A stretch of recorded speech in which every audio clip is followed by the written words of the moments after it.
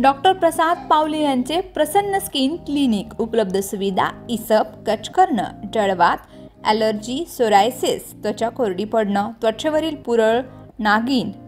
तर सौंदर्य समस्या: पांढरे डाग, काळे डाग, मुरूम, चेहऱ्यावरील वांग, डोळ्याखालील काळे वलय, सुरकुत्या, केस समस्या, टक्कल पडणं, केस गळणं, कोंडा होणं, चाई, चामखीळ, तीळ, मस इत्यादींवर उपचार.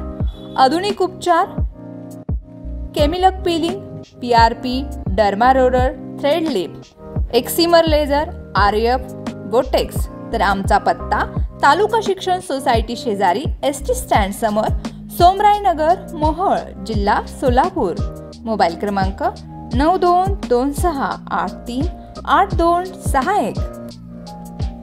विधानसभा निवडणुकातील दारुण पराभवानंतर राष्ट्रवादी काँग्रेसचे शरद पवार गटाचे अध्यक्ष शरद पवार आता मोठा निर्णय घेण्याच्या तयारीत आहेत. शरद पवारांच्या पक्षानं 8 आणि 9 जानेवारीला मुंबईत महत्त्वाची बैठक बोलवली.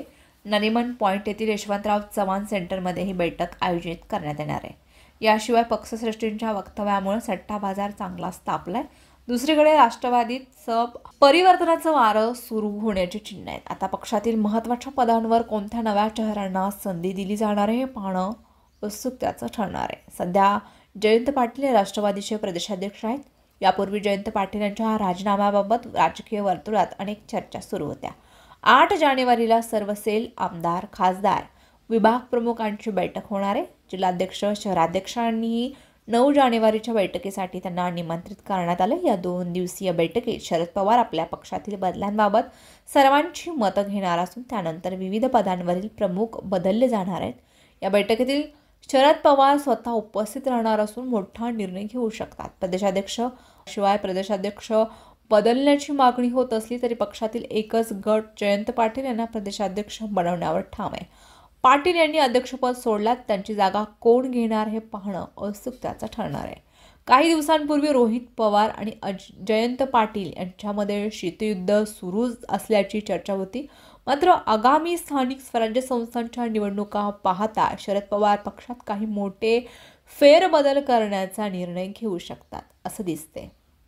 राष्ट्रवादीचे अजित पवार गटाचे वैद्यकीय शिक्षण मंत्री हसन मुश्रीफ यांनी गुरुवारी सांगितलं की राष्ट्रवादीचे दोन्ही गट एकत्र आले तर मला खूप आनंद होईल. यावरून राजकीय वर्तुळात पुन्हा चर्चेला उधाण आलंय. यापूर्वी शरद पवार यांच्या वाढदिवसानिमित्त अजित पवार आणि आमदार रोहित पवार यांची दिल्लीत भेट झाली होती. वाढदिवसाचा निमित्त साधून शरद पवार यांच्या भेटीबाबत राजकीय चर्चेला सुरुवात झाली असून दोन्ही राष्ट्रवादी एकत्र येण्याची शक्यताही वर्तवली जाते. हिवाळी अधिवेशनादरम्यान राष्ट्रवादीचे शरद पवार, आमदार शशिकांत शिंदे यांनी अजित पवार यांची त्यांच्या नागपूर येथील विजयगड या शासकीय निवासस्थानी भेट घेतली होती. या दोन्ही गटांच्या नेत्यांच्या भेटीकडे एकीचा धागा म्हणूनही पाहिलं जात आहे.